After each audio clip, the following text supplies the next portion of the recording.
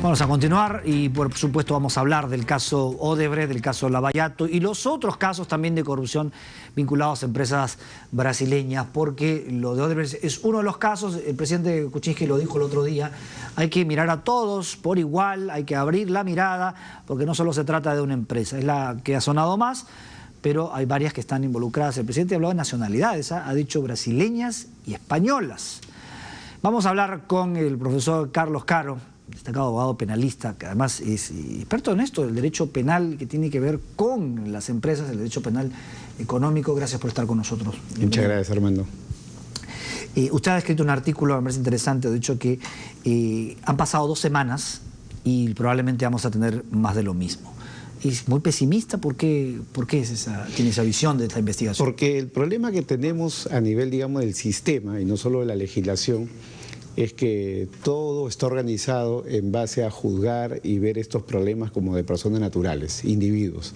Cuando esto en verdad es un caso de criminalidad de empresa, donde digamos, el eje del pensamiento y ejecución criminal le pertenece a la empresa. Había un departamento, una división de operaciones estructuradas. En cualquier organigrama suena bonito, ¿no? Pero estaba encargado, digamos, en Odebrecht, pero estaba encargado, digamos, de gestionar el pago de las coimas, de manera además muy sofisticada, usando las técnicas empresariales, creación de empresas, creación de cuentas, software sofisticados para encubrir la ruta del dinero, hasta que llegara finalmente al destino final. Y así han manejado 788 millones de dólares, según lo declarado, en 12 países a lo largo de un periodo de 15 años, para lograr 100 proyectos de infraestructura, digamos, vial para el desarrollo de los países. Con lo cual, acá estamos ante una mezcla de 3 fenómenos. En el caso de Fujimori teníamos una mezcla de lo que era el fenómeno de criminalidad gubernamental y criminalidad organizada. Pero en este caso, además de esos 2 fenómenos, se entremezcla lo que es la criminalidad empresarial, lo que crea, digamos, un trípode muy potente, ¿no? Desde el punto de vista de lo que es el crimen, desde el punto de vista de lo que es la actividad delictiva. Y para deshacer todo eso se requiere herramientas legales como las que tiene, en cierto modo, tampoco a la perfección, Estados Unidos, con su Foreign Corrupt Practices Act o Ley de Prácticas Corruptas en el extranjero. Que es lo que se aplica en este caso y lo que aplicaron para lo de la FIFA. Exactamente, para lo de la FIFA, para el caso, digamos, de Siemens o para el caso de Odebrecht, ¿no? Donde se está pagando ahora la multa más alta de la historia de los Estados Unidos por caso de corrupción, que son 2.600 millones de dólares, pero todo para Estados Unidos, Brasil o Suiza, pero ni un sol para los países abordados. A ver, y tenemos a las autoridades peruanas, digamos, pequeñas frente a un edificio enorme, una estructura de corrupción, una gerencia de coimas, digamos, en la empresa, pero nosotros no tenemos las herramientas. ¿Qué cosa tendríamos que hacer para poder enfrentar mejor esto? Desde mi punto de vista, las reformas legislativas son urgentes. Y la primera es crear ya de una vez un sistema de responsabilidad empleado penal para las empresas. Lo que tenemos acá es una ley 30.424 que se aprobó el año pasado para que el Perú pueda entrar a la OCDE para los casos de corrupción transnacional. Pero como dice el colega y amigo José Ugas, el Perú exporta oro, exporta droga, pero no exporta corrupción, con lo cual son las empresas extranjeras las que traen su corrupción acá. De manera que lo que hay que hacer es generar un sistema de responsabilidad penal empresarial por caso de corrupción, lavado de dinero, financiación del terrorismo, pero cometidos dentro del Perú, ¿no? Entonces, si una empresa peruana corrompe en Bolivia, responde penalmente, pero si corrompe en Perú, se crea la paradoja. ¿Y qué ganamos, digamos, con eso? ¿Qué ganaríamos? Lo primero que ganamos es de que dentro del sistema se crearían los incentivos para que las empresas tengan lo que los bancos, para prevenir el lavado de activos, denominan cumplimiento o compliance, ¿no? Es decir, las empresas van a poder organizarse internamente para poder evitar actos de corrupción en el manejo de sus finanzas, porque de lo contrario pueden ser sancionadas penalmente. Y la sanción penal puede implicar incluso lo que sería casi una pena de muerte, porque podría llegar al extremo, en casos graves como este, hasta la disolución de la personería jurídica. Pero hay quienes pueden decir, bueno, pero esta puede ser una consecuencia de la sentencia contra las personas. Claro, pero, es una pena accesoria, una sanción accesoria. Pero el problema con ello es de que para ello necesitamos identificar a las personas. Y muchas veces en este tipo de casos, por la propia organización de la empresa, muchas veces puede llegarse al supuesto en el cual no se identifica claramente a las personas. ¿Quién te dio la plata, por ejemplo? Hoy en día no lo sabemos. Lo único que sabemos es que fue Odebrecht. En un sistema de responsabilidad penal empresarial, ya no importaría tanto el detalle de quién pagó, quién llevó el dinero, quién hizo la entrega. Entraríamos simplemente al hecho de que la empresa ha declarado que ha hecho un pago de corrupción, y del otro lado hay que probar, digamos, en cierto modo, que ha habido una prestación, un servicio para ello ilícito, ¿no? ¿Y eso es lo que estaría persiguiendo la Fiscalía con este acuerdo con Odebrecht? Porque ha anunciado acuerdos con empresas, no con personas. Así es. Fíjese, eso me parece muy positivo porque es ir por encima de la legislación, porque acá en el Perú siempre los acuerdos de colaboración eficaz se han dado a nivel, digamos, de las personas naturales, y es lo que dice la ley.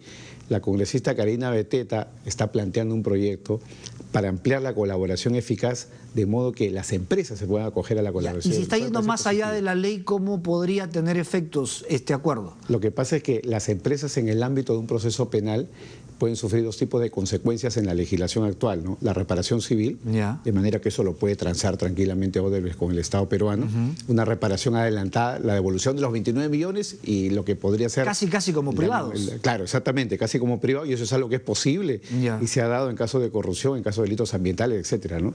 Y lo otro es que la persona jurídica puede ser considerada como, digamos, parte pasiva para sufrir una suerte de sanciones administrativas, pero siempre dependiendo de que haya una condena en particular, ¿no? A una persona natural, ¿no? Bueno, pero pasa, por supuesto, que diga quién fue el que le pidió, el que negoció, quién fue el que le pagó al funcionario público. Y que es el detalle que en el acuerdo firmado con los Estados Unidos la empresa tiene que entregar para que el acuerdo sea válido, ¿no? Porque, no solo plata, sino también, digamos, cabezas. Claro, en el acuerdo solamente tenemos 22 líneas en relación al Perú, pero está la obligación de la empresa, el compromiso de entregar a la autoridad americana la información de quiénes son las personas y cuáles son los detalles de estos hechos de corrupción en Perú. Ahora, hay polémica sobre cuánto está haciendo la Fiscalía o cuánto visiblemente está haciendo la Fiscalía, ¿no? Ayer el fiscal decía, no hay necesidad de romper puertas.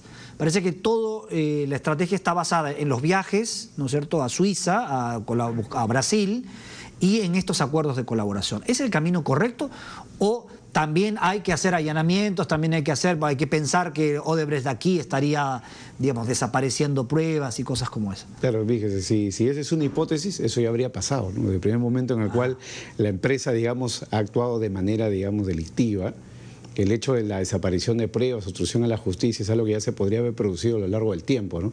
Aquí lo que tiene que hacer la Fiscalía no es solo un trabajo de escritorio, que lo está haciendo con el intercambio de información.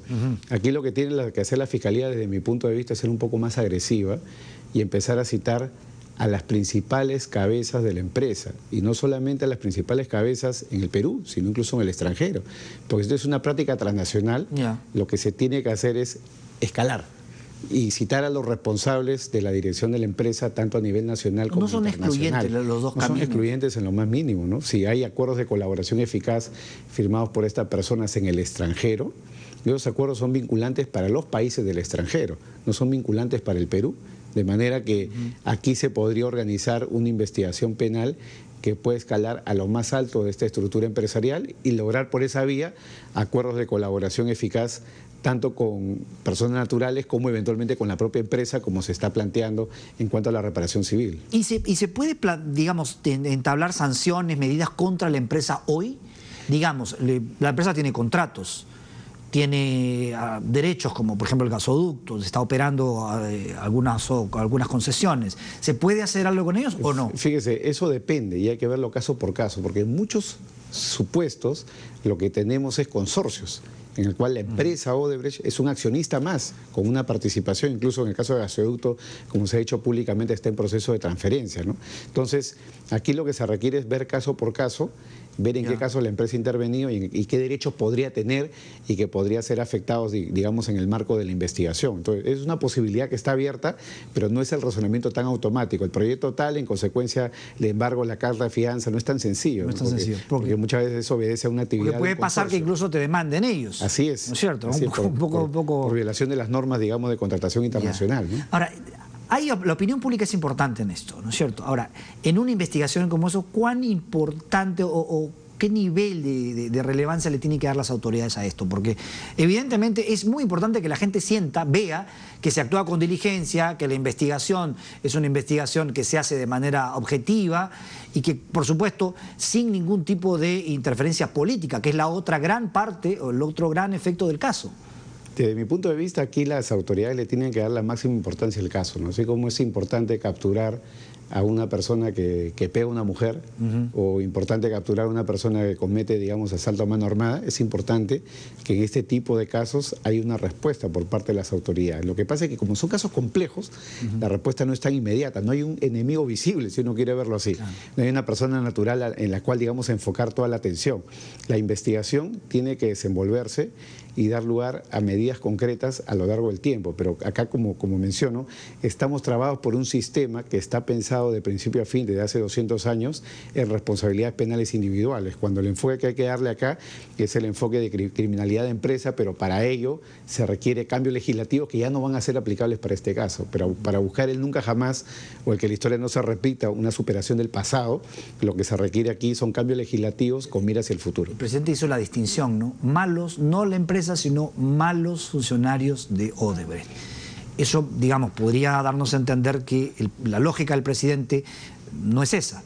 Digamos, que no podríamos esperar estas modificaciones vía decreto legislativo. Vía decreto legislativo tal vez no, pese a que las facultades delegadas lo permitirían, ¿no? En todo caso, la declaración del presidente hay que tomarla como puramente referencial, porque no forma parte del sistema de justicia. El Ejecutivo no interviene. Quien interviene acá es la Fiscalía, que es un órgano autónomo, y el Poder Judicial, ¿no? En todo caso, eso lo sí es la cabeza del órgano que podría dar una norma. Así es, por ahora, por lo menos, hasta el 6 de enero. Claro, pero bueno, es una cosa que imagino que discuten los abogados. Y finalmente, el caso Maiman y el caso Toledo.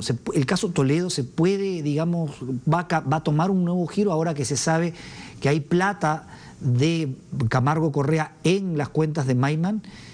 Porque las cuencas de Maiman eran la explicación de la plata de coteo. Sí, claro. Acá digamos, se puede producir un fenómeno que en el tema de lavado de activos se denomina la mezcla de activos, ¿no? Mezcla de activos lícitos y ilícitos. Estamos hablando de 91.000 dólares, no estamos hablando de una suma trascendental, ¿no? Como toda la que se ha manejado en el caso de Cotea, pero es un indicio. Entonces, la Fiscalía, que persigue el caso de lavado de activos en este momento contra Fenderburg y el señor Toledo, tiene, desde mi punto de vista, una herramienta poderosa, porque va a poder decir siempre: he podido probar que el señor Maiman recibió dinero que no tiene justificación, y qué curioso que el señor Maiman, a través de otra cuenta, offshore o lo que fuera, termina prestándole dinero al señor Toledo. ¿Cómo se hace en ese caso? Claro, porque puede decir, sí, yo le presté, pero era de otro saco, no de... Exactamente, por eso decía que en estos casos son casos de mezcla de activos. El artículo 102 del Código Penal fue reformado hace un par de años justamente para resolver este tipo de problemas. Y lo que dice es que cuando tú utilizas tu plata buena, tu plata limpia, y la mezclas con activos de origen delictivo, todo se puede reputar como delictivo. De manera que se produce ahí el fenómeno que los penalistas denominamos la mezcla de bienes de origen lícito e ilícito, de modo tal que si los encubro, así como las apuestas de caballos, ¿no? Y las apuesto en conjunto, entonces el producto final es algo ilícito que se va a reputar como tal para efecto de una investigación forense. Muy bien, doctor, muchas gracias por estar con nosotros. Muchas gracias, Armando. Muchas gracias, muy gentil. Doctor Carlos Caro con nosotros, explicándonos más sobre este caso. Ya ven ustedes la complejidad. Y nosotros tenemos que irnos a la pausa y regresamos en un momento.